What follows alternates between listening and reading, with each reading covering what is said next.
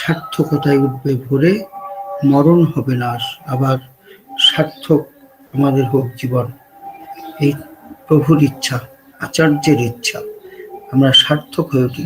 সফলতা হয়তো আমাকে নন্দিত করবে না, কিন্তু সার্থকতা আমার জীবনকে ভরিয়ে তুলবে। খুব ভালো থাকবেন দাদা, সুস্থ থাকবেন, এই প্রার্থনা করি প্রভুর শ্রীচরণে। জয় গুরু দাদা। জয় জয়। এরপর আমরা চলে যাই আজকের ইষ্ট প্রসঙ্গে। অনেকদিন পর 800তম পর্বে ছিলেন, আর আজকে 1254তম পর্ব প্রভাতী সৎসঙ্গের। আমরা শ্রদ্ধাভাজন বিশিষ্ট চিকিৎসক, আমাদের দেওঘর যে হসপিটাল তার একজন বিশিষ্ট চিকিৎসক, শ্রী ঠাকুরের দীক্ষাদাতা, সভাপতি ঋত্বিক, শ্রদ্ধশ্রী স্বপন কুমার বিশ্বাস দাদা, তাকে পেয়েছি, তার কাছ থেকে শুনবো। দাদা জয় গুরু। জয় গুরু। জয় গুরু। প্রজ্ঞানতিমিরান্ধস্য জ্ঞানাঞ্জন শূন্যকয়া চক্ষুর্মিলিতং যেন তস্मै শ্রী গুরুবে নমঃ। ব্রহ্মমার্গ প্রদর্শকম প্রেম ভক্তি বিনায়কম শান্তি স্বস্তি বিধায়কম আচার্যং প্রবরং নমি। পরম শ্রদ্ধ দাদারা আমার, শ্রদ্ধেয়া ভক্তিমতী মাজন্যেরা আমার, বিশিষ্ট শ্রদ্ধা ভাজন পরম দয়ালের পুত পাঞ্জাপ্রাপ্ত কর্মীবৃন্দ, আমার আদরের ছোট ছোট ভাই বোনেরা, তথা বিশিষ্ট সৎসঙ্গ সঞ্চালক আমার আদরের সুশীল ভাই, সবাইকে আমার আন্তরিকরা এই প্রভাতী জয়গুরু জানিয়ে আজকের বক্তব্য শুরু করছি। হিসাব মতে, শ্রদ্ধেয় সুশীল ভাইয়ের হিসাব মতে 454 দিন পরে আপনাদের সঙ্গে অনলাইনে দেখা। এমনি ঠাকুর বাড়িতে দেখা টেকা হয়েছে, হয়ে উঠে না, কারণ এই সকালবেলা শ্রী শ্রী আচার্য দেবের মধুক্ষরা সঙ্গ সেই সময় উপভোগ করি। তিনি একটা শূন্যতার সৃষ্টি করে এখন ইষ্ট পরিক্রমায় আরো বৃহত্তর কর্মে ব্যাপৃত আছেন। সকাল সকাল সেই প্রার্থনাদি পানি পাঠ শেষ করে আপনাদের সঙ্গে যুক্ত হলাম। এটাও একটা আচার্য মাস। এই 21 নভেম্বরে যোগাচার্য শ্রী শ্রী পরদার জন্মদিন, সেই উপলক্ষেও এখানে ক্রীড়া প্রতিযোগিতা, তারপর সেখানে এক্সিবিশন আছে, প্রদর্শনী, আর্ট এক্সিবিশন, কম্পিটিশন হতেও আছে প্রতিযোগিতা। 21 তারিখে সাড়ম্বরে হবে, 2 ডিসেম্বর আসছে সাড়ম্বরে তার পুণ্যজন্মতিথি পালিত হবে। সবাই আপনারাও মানসিক প্রস্তুতি নিয়েই আছেন আমি জানি। এই পরিপ্রেক্ষিতে আমার শ্রদ্ধেয় কমলেশ ভাইয়ের মুখে 2 বিঘা জমি, সবারই অত্যন্ত প্রিয় সেই কবিতার আবৃত্তি সুন্দরভাবে তিনি করে শোনালেন। এরই একটা প্রেক্ষিত আমার মনে পড়ছে, আমাকে 2019-এ পাঠানো হয়েছিল সেই বাংলাদেশ সৎসঙ্গের বার্ষিক উৎসবে। সেই উৎসবে যখন যাই, তখন বনগাঁ বর্ডার থেকে গাড়ি করে আমাদের মহা পুণ্যভূমি দয়ালের আবির্ভাব, দয়াল যেখানে আবির্ভূত হয়েছিলেন সেই মাটিতে তাকে প্রণাম করতে গেছিলাম। তখন পথে কুষ্টিয়াতে শিলাইদহ কবিগুরু রবীন্দ্রনাথের সেই বংশগত এস্টেট, সেই জমিদারি, সেখানে তার নামে যেসব স্মৃতি বিজড়িত জিনিসপত্র ঘর বাড়ির পরিরক্ষিত আছে, একটা ন্যাশনাল ইন্টারন্যাশনাল সেন্টার সেটা। সেই যেতে যেতে সেই মনে পড়লো সেগুলো কথা। বিশেষভাবে জেগে উঠলো যখন সেখানে পৌঁছানোর পরের দিন তার পুণ্য জন্মভূমিকে প্রণাম করতে প্রথম তো পারমিশন নিতে হলো। আমার ইষ্ট দেবতার পুত জন্মভূমিতে প্রণাম করব, অন্যের থেকে পারমিশন নিতে হলো। আর দুঃখের বিষয়, কয়েক মিনিট যেতে না যেতেই সেই প্রশাসনের তাড়াতাড়ি বেরিয়ে পড়ুন। আমার দয়ালের পুত জন্মভূমি, সেখানে দুদণ্ড দাঁড়িয়ে তার স্মৃতির মন্থন করব। একটু আবেগ তাড়িত হয়েছিলাম, আবেগকে একটু পোষণ করব।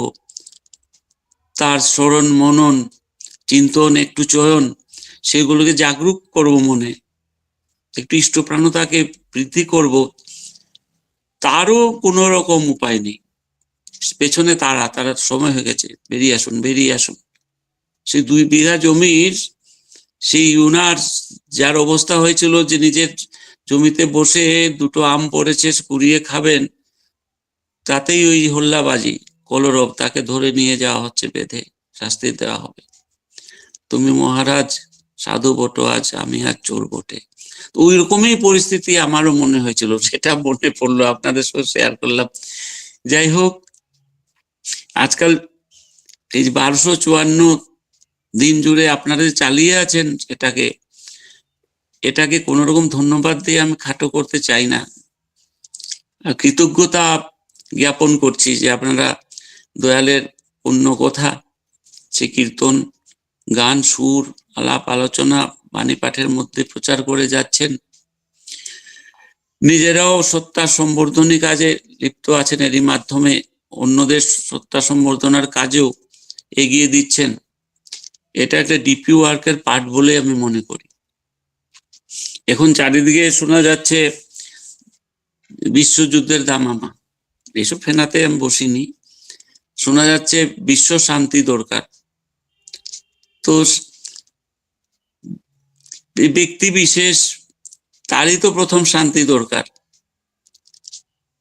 তো এই যে শান্তি সে পাবে, প্রথম তো যে কোনো লোক, আমরা তো কয়েক কোটি লোকের একটা মুষ্টিমেয় অংশ, পৃথিবীর 800 কোটির মধ্যে কিছু সংখ্যক আমরা ঠাকুরের শ্রী চরণাশ্রিত, আমরা দীক্ষিত, আমরা সৎসঙ্গী। আমাদের ঈশ্বরমুখী চলনে দয়াল পরিচালিত করতে চেষ্টা করে গেছেন, আচার্য পরম্পরা সেটা চালিয়ে রেখেছেন। তো আমরা ব্যক্তি বিশেষ বিশ্ব শান্তি লাভের পথে আমাদের মধ্যে যে বিশ্বযুদ্ধ লাগছে, প্রথম দ্বিতীয় বিশ্বযুদ্ধের পরিপ্রেক্ষিতে দয়াল এসেছিলেন তার লীলা প্রকাশ করতে, পৃথিবীকে ধ্বংসের হাত থেকে বাঁচাতে এসেছিলেন, বাঁচিয়ে রেখেছেন। এবং ধ্বংসের ধ্বনি যে সামনে, তার যে আভাস ইঙ্গিত সামনে রয়েছে, সেটাও পই পই করে আমাদের ভাবে, আমাদের ধারণায়, সেটা আমাদের চেতনায় জাগিয়ে দিয়ে আমাদের সচেতন করতে চেয়েছেন কিভাবে চললে আমরা এই যুদ্ধটা এড়াতে পারি। কিন্তু বিশ্বযুদ্ধের যে ভিত্তি তিনি, সেটা আমাদেরকে ব্যক্তি বিশেষকেই তিনি প্রথম চিহ্নিত করেছেন। আমাদের মধ্যেই বৃত্তি প্রবৃত্তির সঙ্গে আমাদের যে সত্তার যুদ্ধ লাগছে, সেই ব্যক্তিকে ইউনিট করেই সেই 800 কোটি পৃথিবীর যে জনসংখ্যা, প্রত্যেকটা ব্যক্তি, একটা বিল্ডিং তো প্রথম একটা ইট দিয়ে একক হিসাবে সৃষ্টি হয়, তারপরে বড় বিল্ডিং, সে বিশ্ব ব্রহ্মাণ্ড, সেই মহাকাশ, আরো আরো কত ব্রহ্মাণ্ড রয়েছে। কিন্তু সবকিছুর এই বিশ্বযুদ্ধের মূলে, সে বিশ্বযুদ্ধের মূলে কিন্তু সেই ব্যক্তি বিশেষ সত্তার সঙ্গে সেই বৃত্তি প্রবৃত্তির যুদ্ধ। আর তারই বিরুদ্ধে অস্তিত্ব পোষণী লড়াইয়ে ঠাকুর আমাদের সৎসঙ্গ আন্দোলন গড়ে দিয়েছেন। যে ব্যক্তি হচ্ছে প্রথম তো নিজের সৃষ্টিটার কথা ভাববে, আমি কে, আমি কোত্থেকে এসছি, আমার জীবনের উদ্দেশ্য কি, এইটুকু ভাব নিয়ে যখন পরম পুরুষকে জ্ঞেয় প্রেয় শ্রেয় হিসেবে গ্রহণ করে তার দেখানো পথে চলবে, তার বোধ, তার ধারণা, তার বিশ্লেষণ শক্তি, তার বিচার শক্তি বাড়বে।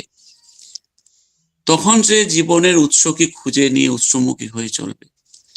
এই যে আমাদের যে মানব হিসেবে যে এই যে বিবর্তনের ধারায় আমরা এগিয়ে চলেছি, সেই জলের মধ্যে এক কুশি হিসেবে যে জীবনের সৃষ্টি, সেই নাম থেকে, সেই দয়াল ধাম থেকে যে সেই উৎসৃত সেই যে নাম, সেই উৎস, সেই সুরধারার যে উৎস, যা সেই নাম বহন করে এসে জলের সেই প্রোটিন মলিকুলে প্রথম আমাদের একটা এককুশি প্রাণী হিসেবে সৃষ্টি করেছিল। তার থেকে লক্ষ লক্ষ বছর ধরে বহুকুশি প্রাণী হয়ে 84 লক্ষ বলা হয় শাস্ত্রে। সেই যেটুকটা জুনি জীবন অতিক্রম করে আমরা সর্বশ্রেষ্ঠ জীব মানব জীবনের অধিকারী হয়েছি। এবং আমরা যেখানে স্রষ্টাকে, উৎসকে আমরা অবজ্ঞা করব, অবহেলা করব, মানব না, সেইখানেই আমরা কিন্তু অশান্তির মুখে পড়ি। তাই বিশ্বশান্তি বিশ্বশান্তি বলে যতই চেঁচানো হোক, সেই শুরুরই কথা। ব্যক্তিগত জীবনে পরম পুরুষকে ধরে, যাকে আমরা সদ্গুরু বলি, তাকে জীবনের ধ্রুবতারা হিসেবে গ্রহণ করে আমরা যদি তার দেখানো পথে না চলি, তাহলে কিন্তু আমরা শান্তি লাভ করতে পারবো না। আরেকজনের শান্তি না হলে এক এক করেই তো সবার অনেকের বিশ্ব শান্তি। শান্তি তো 1 কেজি 2 কেজি 1 কুইন্টাল 2 কুইন্টাল বলে কলকাতা বাজারে, দেওঘর বাজারে, মুম্বাই দিল্লি বাজারে বিক্রি হয় না। শান্তি মানে যা শান্ত লোক আচরণ করে, কায়েম করে, নিজের শান্তি পরিবেশ সৃষ্টি করে।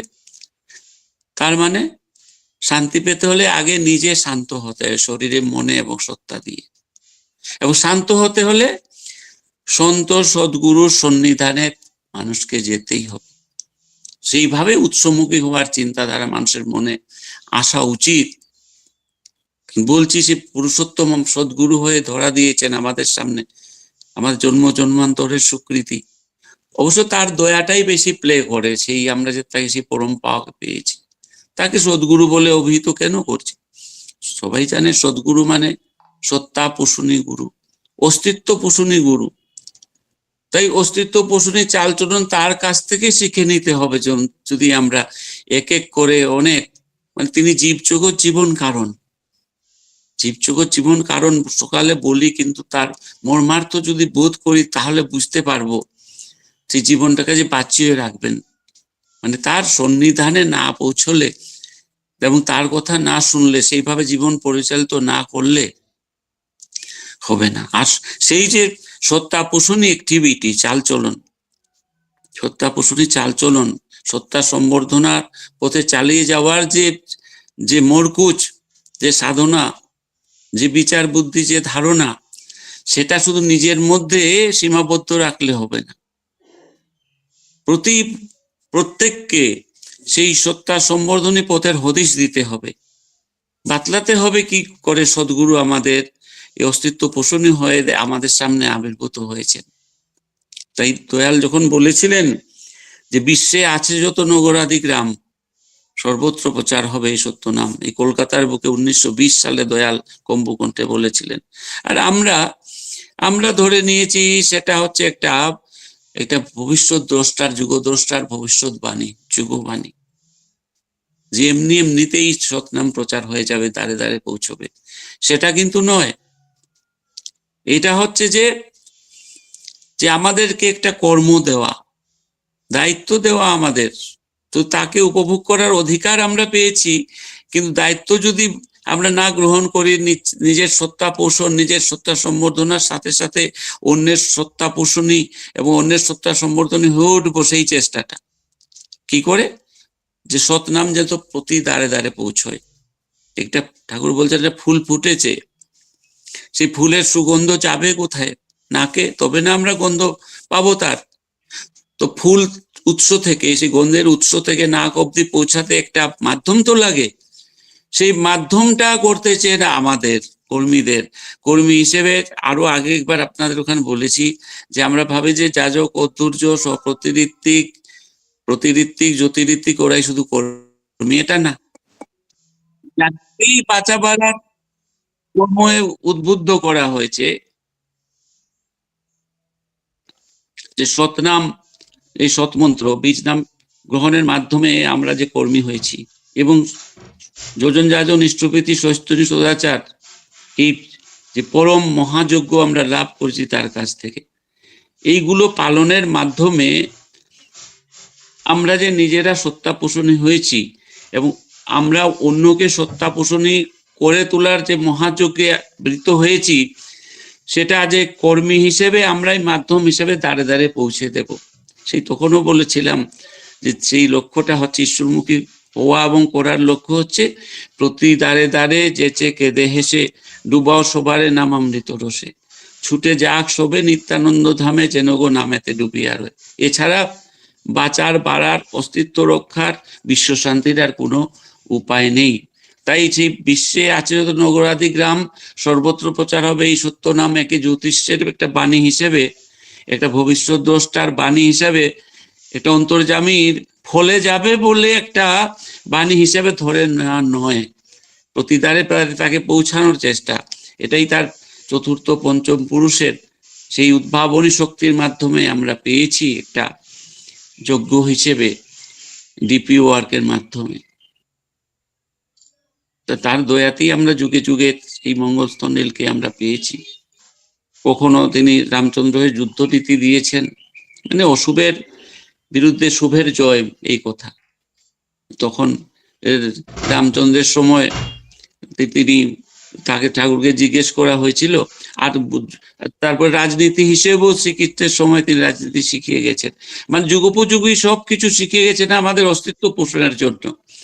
আর শ্রী রামচন্দ্রের সময় তিনি যে রামচন্দ্রকে, এই রাবণকে এবং কুম্ভকর্ণকে, সম্মুখকে তিনি বধ করেছেন। এই যুদ্ধনীতি তখন তার নীতি ছিল, যুগ ধর্ম। আবার শ্রীকৃষ্ণ হয়েও কংসকে, শিশুপালকে বধ করেছেন তিনি। এই নিয়ে ঠাকুরকে সরাসরি প্রশ্ন করেছিলেন মুখিয়াজি, আপনারা জানেন কথাটা, যে আপনি তো ত্রেতা যুগে রাবণ কুম্ভকর্ণ সম্মুখকে বধ করেছেন, আবার দাপর যুগে এসে কংসকে বধ করেছেন, শিশুপালকে বধ করেছেন, এবার কাকে বধ করতে এসছেন? ঠাকুর। ঠাকুর এসে বলে, দূর পাগল, এসব এখন লাগবে না, নে এখন যোজন যাজন ইষ্টভীতির মাধ্যমে এমন কিছু নিয়ে এসছি যে এমনিতেই এখন আর মানে নিধন না, শুধন, মানে সবকিছু এখন ঘরে ঘরে রাবণ, ঘরে ঘরে কংস জন্মেছে, তো সবকিছুতে শোধন করতে তিনি এই নীতি তিনি নিয়ে এসছেন। বলেছেন যে মুনি ঋষিরা বাঁচতেন অনেকদিন, সাধনা করতেন, বিশুদ্ধ খাবার খেতেন, এই যুগে তো তোমরা শুদ্ধ খাবার পাচ্ছ না, আর সেই জন্য শরীর বেশি দিন টিকছে না। তাই শর্ট টাইম সাধনার জন্য তোমাদের জন্য সেই ভিটামিন ট্যাবলেট ক্যাপসুল আমি নিয়ে এসেছি যোজন যাজন ইষ্টভীতির মাধ্যমে। তো আমরা কত বড় ভাগ্যবান যে পরম দয়ালকে পেয়েছি, তার সর্বশ্রেষ্ঠ প্রকাশিত রূপ, সবচেয়ে শক্তিমান নাম তিনি আমাদের দিয়েছেন। এবং যেটা শুরু করলাম, যে তার যে ঈশ্বরমুখী আমাদের পরিচালনার যে প্রথম সোপান, এই সৎমন্ত্র সৎনামে যুক্ত হওয়া, সেটার মাধ্যমেই শুধু আমরা উৎসমুখী থাকতে পারি, না হলে আমরা ভ্রান্ত হই। ভ্রান্তি এলো সেই উৎস বিমুখ চলন বলন বসলো পেয়েছি। আমরা যেন উৎস বিমুখ না হই, সেই পরম পিতার সঙ্গে আমরা যেন সবসময় যুক্ত থাকি, সেই জন্য এই সৎনাম সৎমন্ত্র। আমাদের শরীরটা তো মোবাইলের মতো, মোবাইল যতই দামি হোক, 5,000, 10,000, 50,000, 5 লাখ টাকা অ্যাপসের,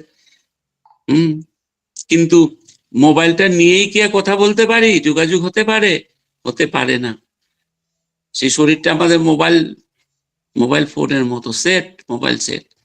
এতে যদি সিম কার্ড ভরা না হয় তাহলে কিন্তু কথা বলতে পারি না, সংযুক্তি হতে পারে না, যোগাযোগ থাকতে পারে না। তার যে মঙ্গল ইশারা আমাদের রয়েছে, ইঙ্গিত রয়েছে আমাদের চলাচলের পথে, সেটা আমরা শুনতে পারি না সব সময়। এবং সেই যে সিম কার্ড, সেটাই সেই সংযুক্তির সেই পথ, একমাত্র সৎনাম সৎমন্ত্র, বীজ মন্ত্র। প্রত্যেকটা ব্যক্তি নিয়ে আমি শুরু করলাম, এক একটা ইউনিট, এক একটা একক, সেটাকে ডেভেলপ করতে হবে সর্বাত্মক ভাবে, যাতে মঙ্গলস্থলীলের সঙ্গে আমরা যুক্ত থাকি। তার দেখানো জীবননীতি, কর্মনীতি পালনের মাধ্যমে আমাদের জীবনের সৌন্দর্য ও সার্থকতা, সফলতা আসে। আর ঠাকুর বলেছেন যে আমরাই হচ্ছি, মানুষের শরীরই হচ্ছে বেদার সৃষ্ট সর্বশ্রেষ্ঠ সেরা যন্ত্র। যে কোনো যন্ত্রকে সবসময় নারিশ করতে হয়, পরিচর্যা করতে হয় সযত্নে, এবং সর্বাত্মক ভাবে সেটা করতে হয়, মানে শরীরকে, মনকে, সত্তাকে, সবকিছুকে পরিচর্যা দিতে হয়। সেটা ঠাকুর বারবার বলেছেন। কারণ আমাদের একটা অন্তর্নিহিত শক্তি আছেই, সেই অন্তর্নিহিত শক্তি ঠাকুর বলেছেন 2 ভাগে ভাগ করা। যে কোনো মানুষ জীবনে তার শরীর মন সত্তা জুড়ে 2 ধরনের শক্তি সবসময় কাজ করে, সেটা ঊর্জি শক্তি, যেটা 2 ভাগে ভাগ করেছেন। একটা বলেছেন পাওয়ার অফ এক্সিস্টেন্স, আর একটা পাওয়ার অফ রেজিস্টেন্স। একটা অস্তিত্ব পোষণী শক্তি, আর একটা অস্তিত্ব বিরোধী শক্তিকে প্রতিরোধ করার শক্তি। এই দুটো অন্তর্নিহিত শক্তিকে যদি জাগিয়ে না তোলা যায় তাহলে অস্তিত্ব পোষণ হয় না, আর অস্তিত্ব বিরোধী শক্তিগুলোকে আমরা বাধা দিতে পারি না। আর তার জন্যই দরকার আমাদের একানুরক্তি, তীব্রতা আর ক্রমাগতি, যা সত্যানুসরণে আছে। কারণ জীবনকে আমরা সফল হিসেবে দেখতে চাই, জীবনকে সার্থক হিসেবে দেখতে চাই, জীবনকে সুন্দর হিসেবে আমরা উপভোগ করতে চাই। আর তার একমাত্র হদিশ হচ্ছে একানুরক্তি, তীব্রতা এবং ক্রমাগতি। এই একমুখী সুকেন্দ্রিক সমন্বয়ী সংহত চালচলন, সাম্যতা বজায় রেখে আমার এবং স্টেট এবং পরিবেশের মধ্যে কনকর্ডেন্স, সমন্বয় বজায় রেখে যখন চলবো, তাহলেই আমরা কিন্তু জীবনকে সুন্দর, সার্থক, সংহত করে তুলে পারি, সফল হতে পারি জীবনে। আর তার জন্য কি দরকার? সেই সদ্গুরুর সৎমন্ত্র এবং জীবনে চলনার পথে প্রতি পদে পদে তার কথা শোনা, এটাই মন্ত্র। এই জন্য ঠাকুর বলেছেন যে গুরুর আদেশ পালনের মতো আর মন্ত্র কি আছে। মনকে যে ত্রাণ করে, মনকে যে ঊর্ধ্বে ধারণ করে, সেটা একমাত্র সদ্গুরুর মুখ থেকে চলবো। তখন আর উৎস বিমুখ চলনা আমাদের পেয়ে বসবে না, ভ্রান্তি আসবে না, বিক্ষেপী চলনা আসবে না।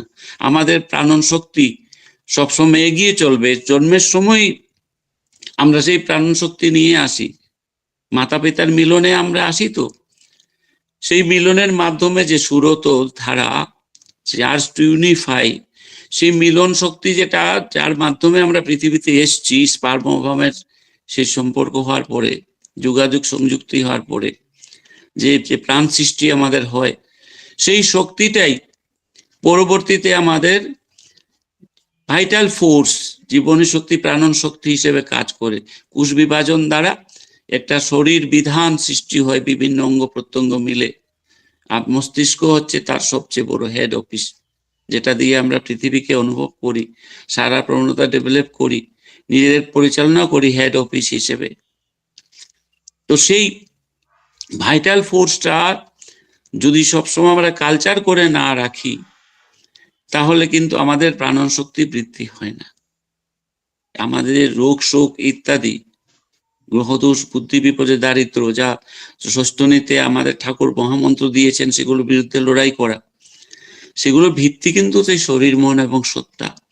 এই প্রাণন শক্তিকে জাগিয়ে রাখার জন্যই যা কিছু যোজন, যাচন, ইষ্টভীতি, সস্তনী, সদাচার, সেই ভাইটাল ফোর্সটাকে যদি আমরা জাগ্রত রাখি, তাহলে রোগ শোক, গ্রহদোষ, বুদ্ধি বিপর্যয়, দারিদ্র, তার এগেনস্টে ফাইট করা, তার বিরুদ্ধে লড়াই করার শক্তিটা, পাওয়ার অফ রেজিস্ট্যান্স গ্রহ করে। মানে মূল কথা হচ্ছে যে শক্তি পরমপিতা আমাদের নিহিত করে দিয়েছেন, আমাদের পুঁতে দিয়েছেন সেই বীজ, সেটাকে কালচার করা, নার্সার করা, পরিপোষণ দেওয়া, সেটা দিয়ে প্রাণন শক্তি বাড়িয়ে তোলা। তবে শক্তিটাকে যদি একমুখী না করি, মানে শ্রেয় জ্ঞেয় প্রেয়কে যদি সর্বশ্রেষ্ঠ ধ্রুবতারা হিসেবে জীবনে গ্রহণ করে না করে, আমরা যদি একমুখী সাধনায় যদি আমরা নিজে থেকে বৃত না করি, বেপৃত্ত যদি না করি নিজেদের, তাহলে সেই শক্তি কখনো আমরা এককভাবে পাবো না, শক্তিশালী হয়ে আমরা উঠবো না। এত শক্তির ব্যাটারি ভেতরে থাকা সত্ত্বেও বিক্ষেপী চলনায় সেটা চলে থাকে। কারণ ব্যক্তি জীবনে আমরা কিন্তু আমাদের চালচলন এমন যে আমরা বেসিক্যালি খণ্ডিত ব্যক্তিত্বের অধিকারী। ঠাকুর অখণ্ড ব্যক্তিত্বের অধিকারী হতে বলেছেন। কি করে? একটা এক্সাম্পল দিচ্ছি আমি, যে সকাল থেকে সন্ধ্যা অবধি আমাদের জীবন চলনা ধরি না, 2-4 মিনিট ইষ্টপতি সস্তনে 2-4 মিনিট নাম ধ্যান করলাম, প্রার্থনা করলাম, বাণী পাঠ করলাম, বাকিটু সময় কি করি? এটা ঠাকুরের কথা কিন্তু, যে তোমরা 1 ঘন্টা নাম ধ্যান করো বা 5-7 মিনিট ইষ্টপতি সস্তনী করো, বাকিটুকু সময় আমাকে কতটুকু জাগ্রত রাখো তোমার জীবনে। তো সেই যে প্রাণন শক্তি, সেটাকে ঊর্ধ্বমুখী রাখা, সচেতন রাখা, একমুখী রাখা, তার মাধ্যমে আমাদের মধ্যে তার দেওয়া সেই ব্যাটারিকে সম্পূর্ণ আমাদের বাঁচাবার অনুকূলে ব্যবহার করা। সেই জন্য একমুখী চলো না যদি না থাকে, তখন কি হয়? এই খণ্ডিত ব্যক্তিত্ব যদি হয় আমাদের, তখন আমি ভাগাভাগি হয়ে যাই।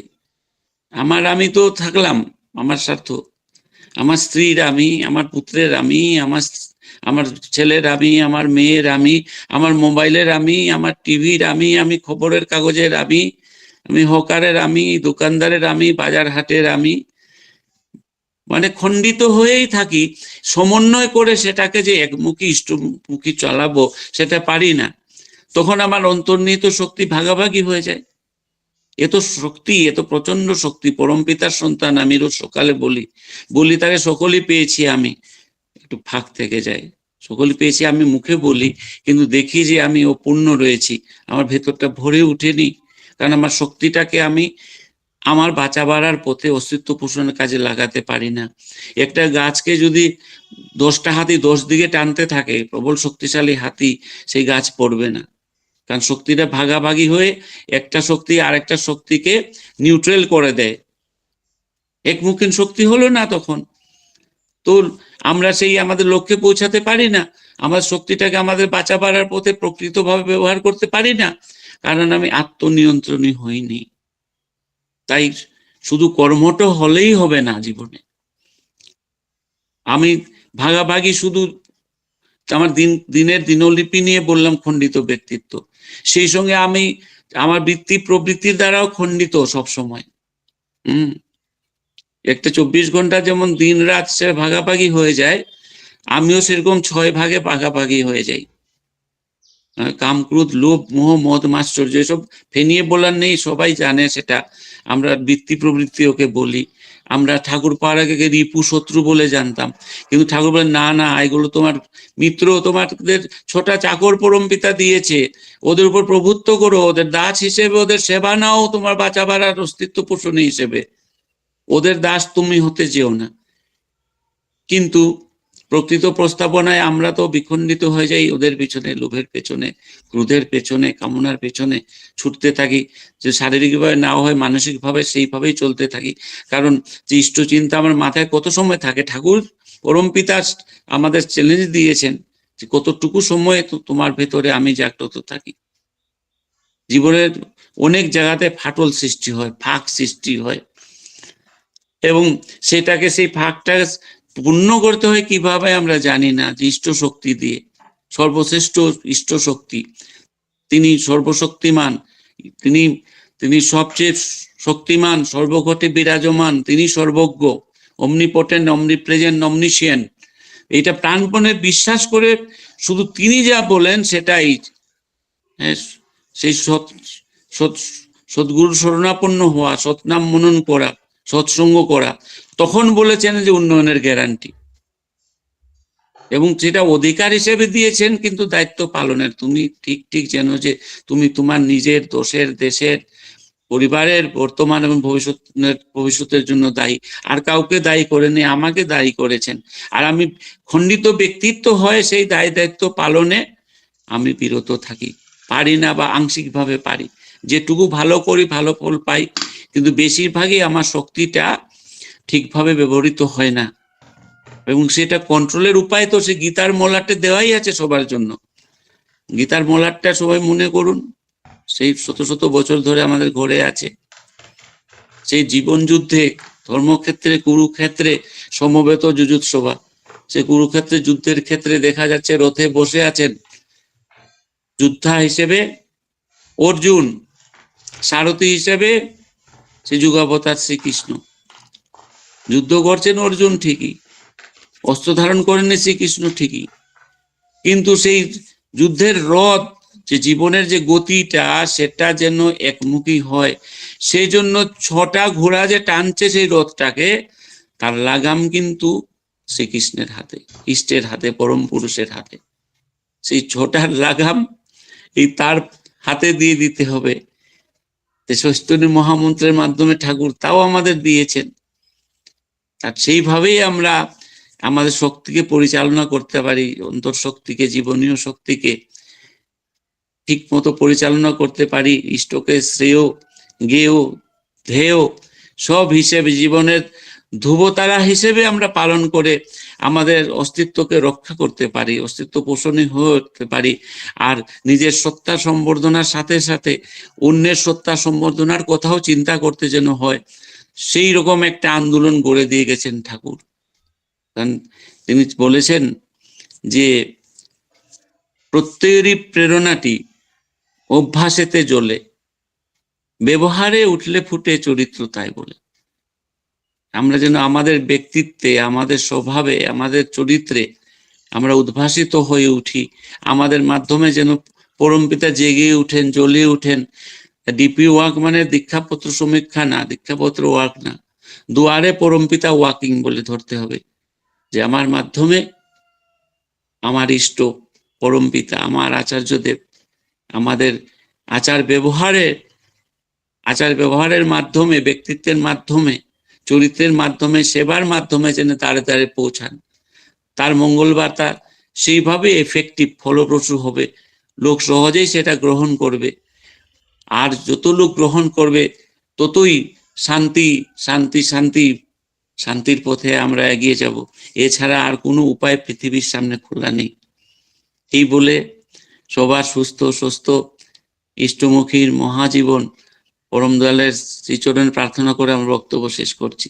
জয় গুরু, জয় গুরু। জয় গুরু দাদা, জয় গুরু। আর এই যে 6টা রিপুকে আমরা সত্যি আগে ভয় পেতাম, ঠাকুর এসেই আমাদের শেখালেন যে ওটাকে তুমি যদি দাস করে রাখো তাহলে ও তোমার বশে, আর তুমি যদি ওর দাস হও তাহলে সর্বনাশ। আমরা সাধারণত লোভের বশে হয়তো কখনো তার দাস হয়ে পড়ি, আর তখনই সর্বনাশ আসে। তাই গুরু ধরলে জানা যায়। আমি সকালে আজ এই আমাদের বাড়ির সামনে কীর্তন হচ্ছে, রাধাকৃষ্ণের মন্দির। আমরা সাধারণত জানি যে প্রণাম গড় হয়ে করতে হয়, আমি তাই প্রণাম করছি। ওখানে একজন ছিলেন, তিনি এসে বলছেন, শুনুন, শ্রীকৃষ্ণকে ডান দিকে রেখে প্রণাম করতে হয় আর কালীকে বামে রেখে প্রণাম করতে হয়। তা আমি তো জানা নেই, এ বিষয়ে আমার জানাই নেই, আমি কিছু বললাম না। একটা জিনিস বুঝলাম যে ঠাকুর আমাদের শিখিয়েছেন এই প্রণামের দুটি অর্থ। একটা হচ্ছে প্রণাম তবে কি প্রবীণের চলন মাথায় নিয়ে চলো বারোপিতাতে। আমি স্বপনদাকে শ্রদ্ধা করি, আমার দাদার আসনে বসেছি, তার বলাগুলো যদি আমি মেনে চলি তাহলে আমার ওই প্রবীণের চলন মাথায় নিয়ে চললে আমার ধী শক্তি বৃদ্ধি হবে। আরেকটি ঠাকুর বলছেন যে প্রণাম করলে যে জ্ঞানী গুণী ভক্ত এবং তাদের যে ভাবধারা, তার মধ্যে আমাদের ব্রেন এখান দিয়ে মস্তিষ্ক দিয়ে তারা রিসিভ হয়। এই দুটো জানি। আমি আর ওনার সঙ্গে তর্ক করলাম, উনি আমার বয়োজ্যেষ্ঠ, এটাই তো মূল কথা, এটাই প্রণামের মূল কথা আগে। তো তা আমি আর কিছু বললাম না। ঠিক আছে, আমাদের তো প্রণাম এটাই ঠাকুর শিখিয়েছেন, এইভাবেই প্রণাম করতে হয়, আর সেটাই বুঝেছি। তা আমাদের অজ্ঞানতা আমাদের দুঃখের কারণ, জ্ঞানই তো সমৃদ্ধির পথে। এটা তো অনুষ্ঠানের মহড়ায়, ডাইনে আর বায়ে প্রণাম করো, বা পায়ে প্রণাম করলে একটা আশীর্বাদ, ডান পায়ে আর একটা। অনুষ্ঠানের মহড়া এগুলো অলঙ্করণ, কিন্তু পাওয়া যেগুলো গোল্লায়। তো যাই হোক, এই আমাদের সত্যি কথাই যে আমরা বোধে এখনো অনেক অজ্ঞানতা আমাদের। জ্ঞানই তো মানুষকে সমৃদ্ধ করে, জ্ঞানই আমাদেরকে জীবন বর্ধনার দিকে নিয়ে যায়। তা পরম পুরুষকে যারা পায়নি ওরা বুঝবে কি করে। আরো একটা জিনিস, মানে এটা সমালোচনা করছি না, খারাপ লাগে দেখতে, যারা কীর্তন করছেন, নাম করছেন ভক্তি সহকারে, কত মানুষ এসে তাদেরকেও প্রণাম করছেন, তারাই ওই কীর্তনের আসর থেকে বর্ণাশ্রমের বালাই নেই সেখানে। সবচেয়ে প্রথম হচ্ছে আমি দায়ী, আমি ওদের মধ্যে সেটা সঞ্চার করতে পারিনি। ঠাকুর যে জন্য এসছেন সেটা যে ওদের মনে ঢুকতে পারিনি এখনো, সেই খাকতিটা আমাকেই সেই দোষটা মেনে নিতে হবে, নিজের দোষ বলে। আমরা নিজেকে বিশ্লেষণ করব কিভাবে ওদের ভেতরে আসল বুঝটা, আসল আচরণ কি, বুঝাতে যত সময় না পারি আমাদের আন্দোলন থামবে না। পরমপিতাও অনন্ত, আমাদের আন্দোলনও অনন্ত, আমাদের চেষ্টাও অনন্ত। তাই ওই দুয়ারে পরিক্রমা, এই যে এইটা, আরে জন্ম জন্মান্তর, এই জন্মেই আমাদের ছেদ নাই, ওটা জন্ম জন্মান্তর করে যায়। হ্যাঁ, এই কর্মেরও তো শেষ নেই। আমরা তো একসময় যখন দীক্ষার প্রথম দিকে ভাবতাম ঠিক আছে বলছেন ইষ্টভীতি একসময় করবো, ছেড়ে দেবো, তারপরে তখন একসময় এখন করছি, পরে আর করা লাগবে না, আমাদের একটা কোটা পূরণ হয়ে যাবে। কিন্তু এখন এটাই না, এটাই অনন্তের পথ, আর এটাই শান্তির পথ। এটার পরমপিতা নিজেই অনন্ত, তার যে দেখানো আন্দোলন, সেই কর্ম, যে বাঁচাবার আন্দোলন, সেটাও অনন্ত, আগে আগে আগে। বলেই থাকবে।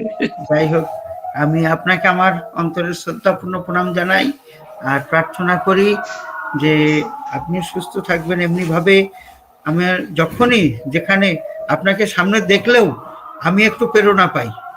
হ্যাঁ, খুব ভালো থাকবেন দাদা। জয় গুরু। সবাইকে এরপর আমরা চলে যাব ধ্বনি দেওয়ার দিকে। তার আগে কয়েকটা ঘোষণা করে নিই। আপনাদের শুনলেন শ্রদ্ধা স্বপনদার কাছে যে আগামী 21 তারিখ পরম পূজ্যপাদ শ্রী বরদা শুভ আবির্ভাব দিবস। সেদিন আমাদের মন্দিরে এই দিবসে, তিথিতে তো দেওঘর হয়, দিবসে আমাদের মন্দিরে সৎসঙ্গ প্রার্থনার সময় থেকে এবং ভান্ডারায় প্রসাদের ব্যবস্থা থাকবে। আগামী 22 তারিখ আমাদের শ্রদ্ধা গোপেন্দু বিশ্বাসদা বাচ্চুদা, তার গৃহে প্রার্থনার সময় থেকে সৎসঙ্গ সকলকে তিনি আহ্বান করেছেন। আগামী 23 তারিখেও মন্দিরে আমাদের শ্রদ্ধা রঞ্জিত কুমার বিশ্বাস দাদা, শ্রদ্ধা অনুভব বিশ্বাস মা, তারা সৎসঙ্গ দিচ্ছেন ভান্ডারা সহকারে। শ্রদ্ধা অনুভব বিশ্বাস মায়ের পিতৃদেবের স্মৃতির উদ্দেশ্যে আপনাদেরকে আহ্বান করেছেন তারা। আর তার আগে 20 তারিখে একটা সৎসঙ্গ আছে, সেটা হচ্ছে বোয়ালিয়া সৎসঙ্গ উপযোজনা কেন্দ্রে এক মা তার পরিবারের সদস্যদের নিয়ে সৎসঙ্গ দেবেন। তিনি পারিবারিক এবং বিশ্ব কল্যাণে বোয়ালিয়া উপযোজনা কেন্দ্রে 6:30 সন্ধ্যা। আপনারা এগুলো আসবেন এই আহ্বান করে। শুদ্ধ মুক্তিনাথ দাসদা এবং তার পরিবারের সদস্যদের আহ্বান করি ধ্বনি দেওয়ার জন্য। মুক্তিদা, জয়।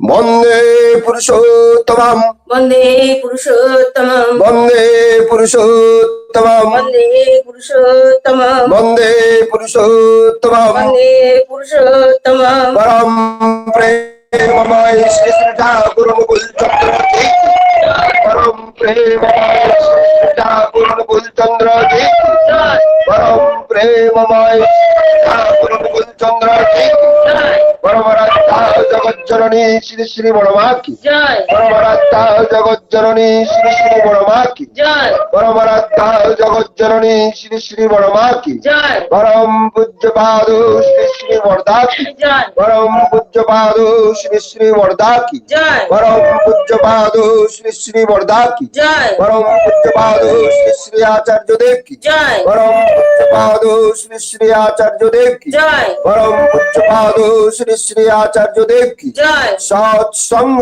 কি, জয়, সৎসঙ্গ কি, জয়, সৎসঙ্গ কি, জয়। বন্দে পুরুষোত্তমম, বন্দে পুরুষোত্তমম, বন্দে আর্য পিতৃম, বন্দে আজ, বন্দে মাতৃবর্গম, বন্দে মাতৃ, বন্দে অহং কৃষ্টিদৈবতম, বন্দে অহং কৃষ্ণদৈবতম, বন্দে পুরুষোত্তমম, বন্দে পুরুষোত্তমম। পরম প্রেমময় শ্রী শ্রী ঠাকুর মুকুল চন্দ্র জি কি জয়।